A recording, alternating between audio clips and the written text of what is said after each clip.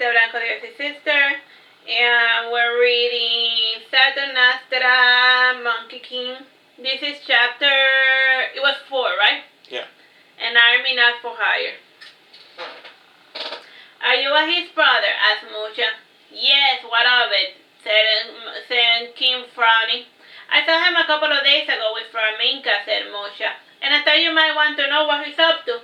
I am not my brother's keeper, and he can very easily take care of himself, said King, starting to close the window. I know, it is just that he did not seem too happy, I thought, and he asked me a lot of questions about you, and I did not know what to answer, said Musha.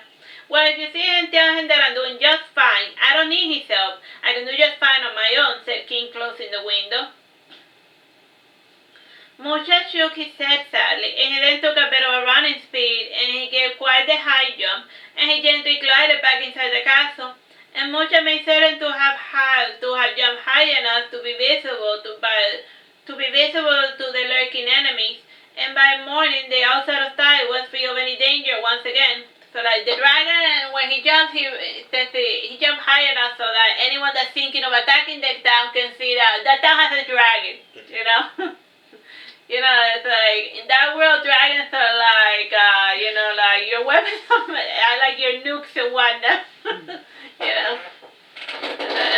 It's like a big deterrent for, like, invaders. Oh, no, I don't want to get my face whipped up by a dragon. Before leaving, Monkey King gave one last visit to Musha, and he saw the dragon lazily standing in the courtyard, and from time to time a human servant would throw water at him from the second floor. And Musha looked up, and he smiled as he saw King approaching, and he found his brother to be an extremely adorable little ape. And bowing, King said, I want to apologize for my behavior last night, and I have no excuse for my words, and I wish to make amends. There is no need. I simply called you at a bad hour, said Musha, chuckling. It is just that here you bring me news of my brother, of your own volition, and I am so discourteous. And reaching into his pocket, Monkey King brought out a bottle of gold, una barra, you know. And Musha accepted the peace offering before adding it to his gold pile. I accept your apology. Now to the matter at hand. What is it that you wish to know? Asked Musha. Did you get to speak with Ahi? Inquired King. Not really. I only saw him while I was in my way to Aragon, said Musha. I see. Well, thanks anyway, said King, bowing. And good day to you, Musha.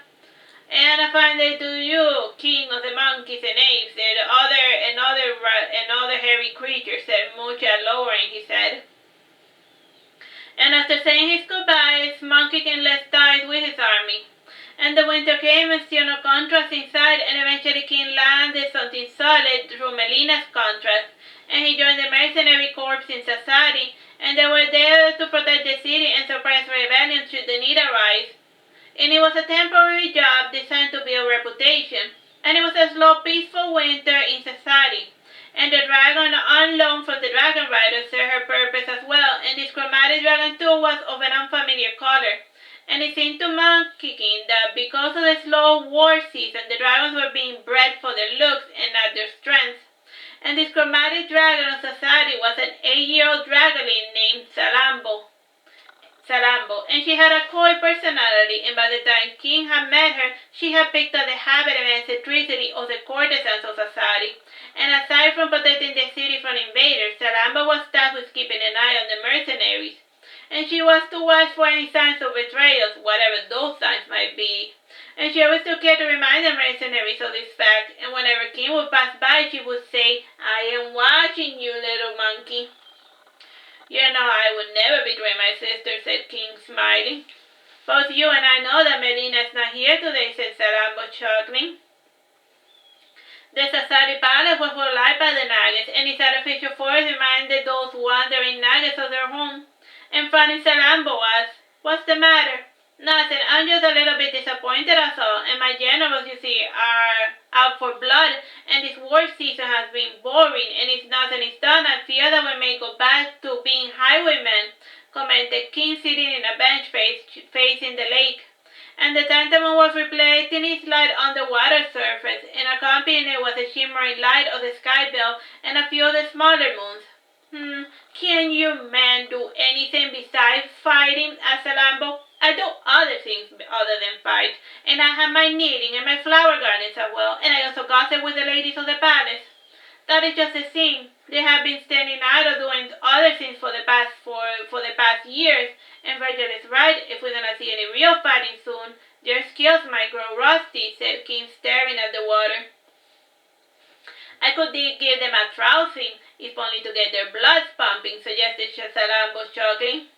Nah, it won't be the same. My friends will know that it's a mock battle, and they won't put their heart into it, and if they feel that their opponent is not taking them seriously, said King, sighing. Boo-hoo, the big babies. Truth be told, your little force is no good for traditional warfare, and I suggest you get into the spy business because as a standing army, no one is going to take you seriously. I mean, you don't even have horses, exclaimed Salambo.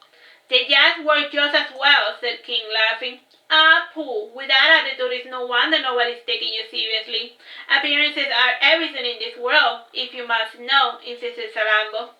I suppose it is a good attempt as any to get them a uniform and design a coat of arms or something, said King, getting up. For the following days, the Nage army spent its time designing a coat of arms, and its submission was assessed and voted upon. And the human mercenaries watching this charade found it quite laughable, and it was tradition of the day for the leaders to decide everything and for the troops to just follow along. And the slogan agreed upon was Aves Volantes, and the battle cry was Morior Invictus, and the motto was Post Nos Venit. Why are there monkeys speaking Latin in your book? Why the hell not? They have books from everywhere.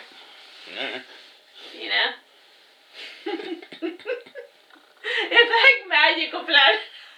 The apes. Except that the apes haven't taken over yet, but they're getting to it. But they're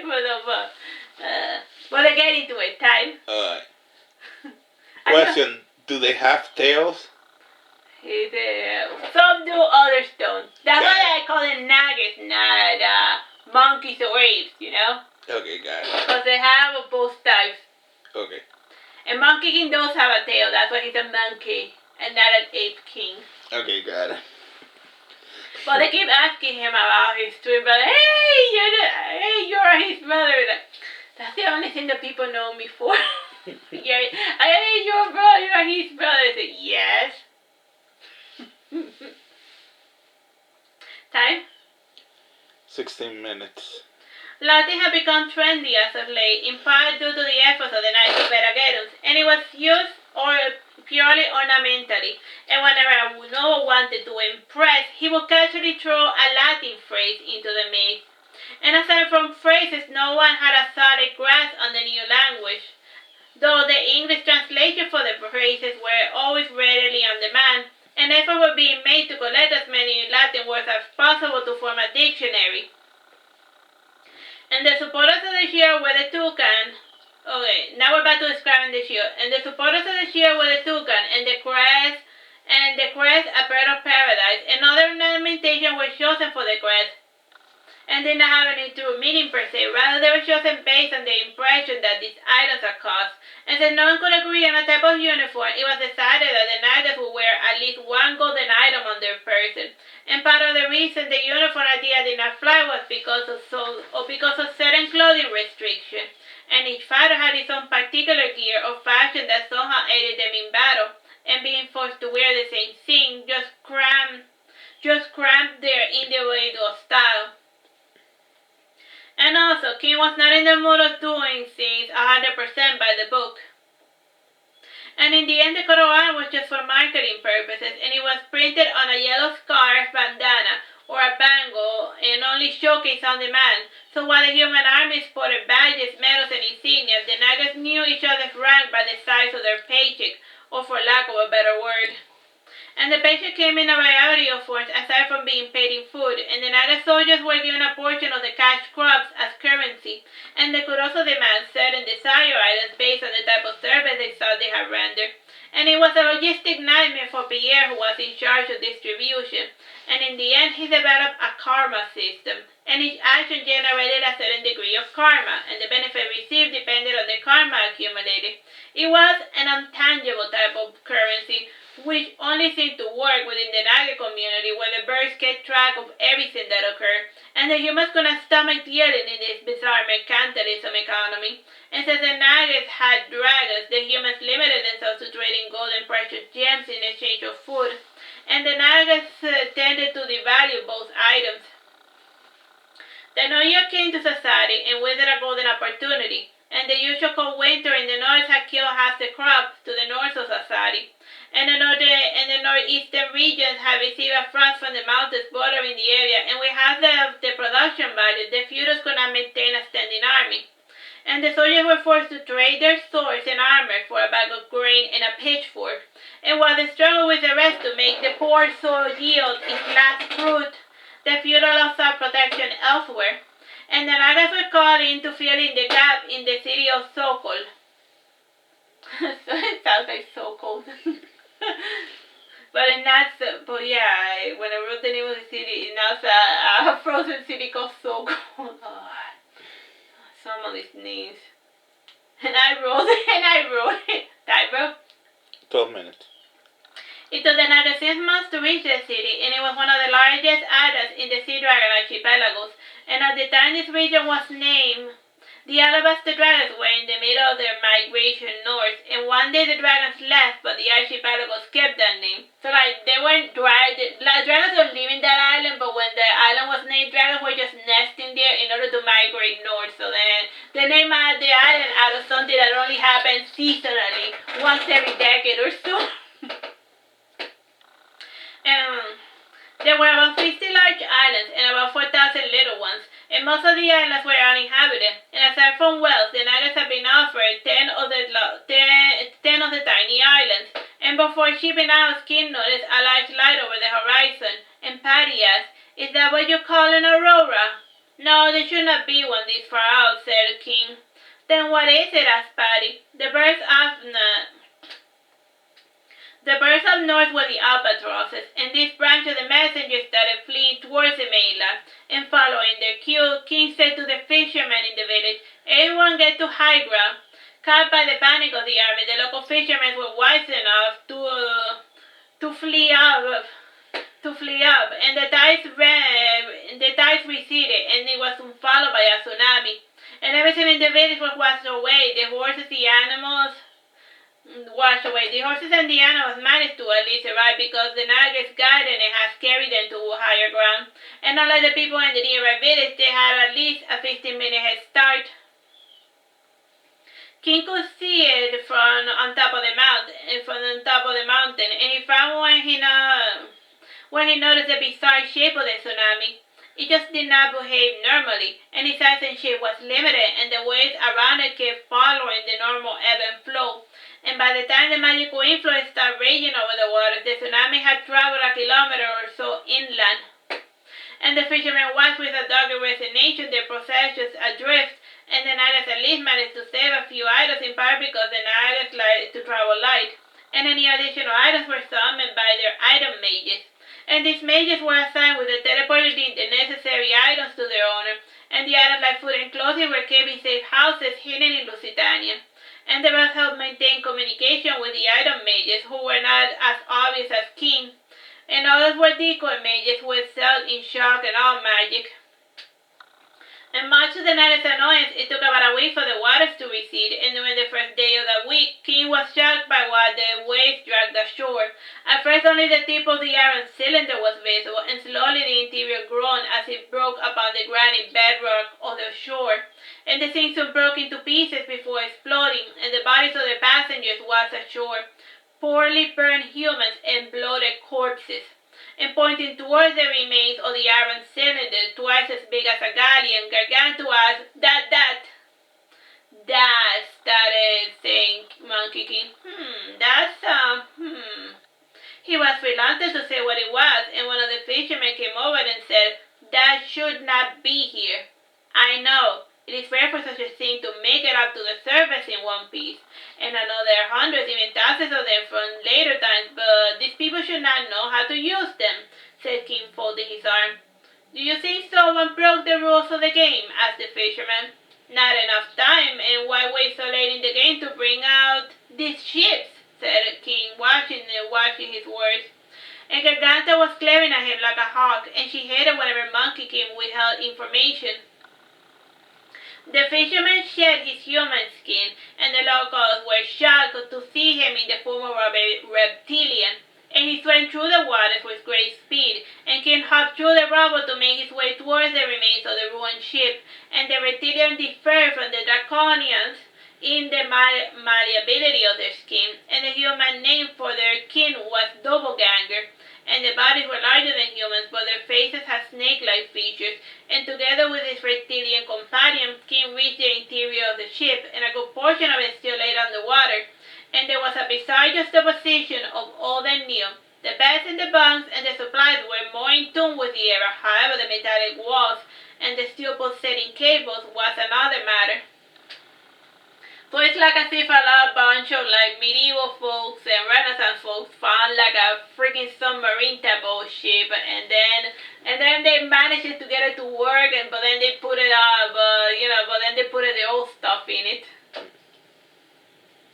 The reptilian took one look at the cables and he broke it, and instead of electricity or some sort of fuel, green stone powder came out, and the reptilian touched it and smelled it, and after licking it cautiously, he said, it tastes like cinnamon.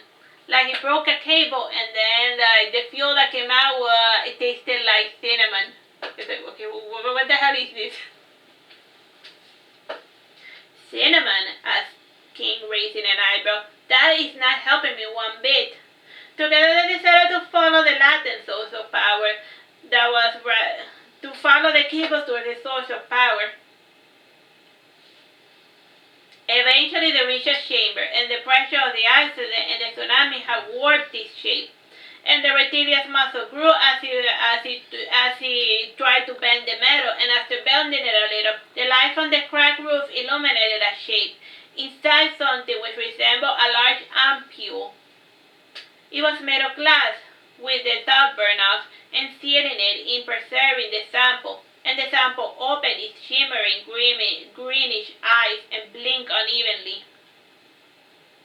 And this motion alone made the reptilian scales stand on end, and like him, King did not know what to make of the bizarre creature or the strange vessel that it resided within. And King gingerly took it out of the iron casing, and this motion alone shifted the shape of the creature inside of it, and he instinctively put the cold glass ampule to his ear, and he closed his eyes, and he heard a strange sound that reminded King of the clicking of a dolphin. And he wrapped the ampule in his cloak, and he proceeded to head out with the reptilian, and after taking the ampule out, the cables were no longer glowing, and even the iron felt jiggly to the touch. Time, bro? It's 5 minutes 40 seconds.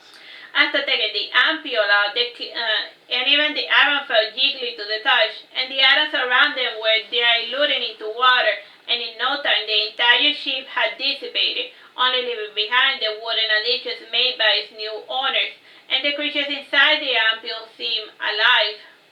And when King brought it out to the mount, the villagers crowded around to see the strange creature, and for them it was more awe-inspiring than the reptilian. And Garganta was the first to voice what everyone wanted to know. What is it? It's called Shat, answered King. You named it Shat, or did he tell you he was called Shat? Asked Virgil, coming closer. I just named it Shat, said King, smiling peevishly. Does Shat say much of anything? Asked Patty. No. If you put it close to your ear, it sounds like dolphin cackle, said King, bringing the ampule closer to Patty. And Patty placed her ear towards the flask, and she frowned and she said, I don't hear anything. So what is it? Insisted Virgil. Exasperated King said, I don't know. We should take it to the grave to have it studied, suggested the reptilian. Fine, said King somewhat reluctantly, and he then handed the ampule to the reptilian. Before sending him off, he gave the reptilian a good a good smack in the head, and then he was gone. After the reptilian left, some of the normalcy inquired to return to the distraught group, and about 500 of the Nuggets chose to stay behind and the whole rebuilt, and the rest then left in the galleons that were summoned by the item mages. And riding the ocean waves after the tsunami was treacherous, especially because the waves kept pushing them towards the shore, and it was not till half a week when a strong wind propelled the Navy army in the right direction. And once the ship arrived towards deeper water, the ship stopped bumping into the breeze, and the closer they got to Sokol, the more damaged the surrounding islands looked, and it seemed to Monkey King that the tsunami had originated from the city of Sokol.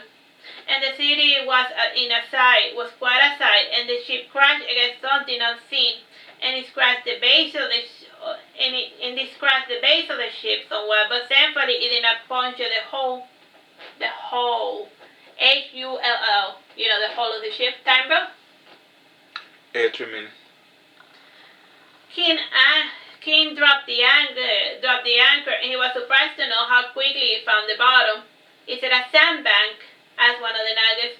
Doesn't seem like it, commented King. Looking at the map, he added, there should not be a sandbank over here anyhow. He proceeded to jump out of the ship, and forgetting that he thought he could not breathe underwater, he swam deep below as his eyes focused on a large metal structure. And like the one from behold, it was in shambles, and he swam till he found a cavity in the hull. And after swimming through the debris and swollen corpses, he found another one of those mysterious ampules. Instead of cinnamon, the cables emanated a watery substance which smelled like lilies. And after taking the ampule out of the structure, the ship started to bubble and dissipate into the ocean. So it's not like they're like futuristic iron ships. It's those weird creatures inside those. An ampule is like a sealed container. Yeah? Yeah. And then the creatures inside the sealed container, they create those structures, and then when they're removed from said structures, the thing that they created dissipates into water because it's technically transmutation of the water into like a ship or something, or an underwater submarine or something. But yeah, they're weird little stuff. This ampule was as big as King was, and Garganta, noticing his problem, and thus ordered the other Nagas to lower ropes and to go down to help. And with their help, King was able to board the ship with his prize. And unlike the other one, this container seemed to be filled with clear crystal water. It did not emit any sound like the other ampule. It was also less subtle than its predecessor, and from time to time it would emit a strong smell of lilies. And he would do so for hours at a time, and he started studying what mysterious stimuli created this bizarre reaction.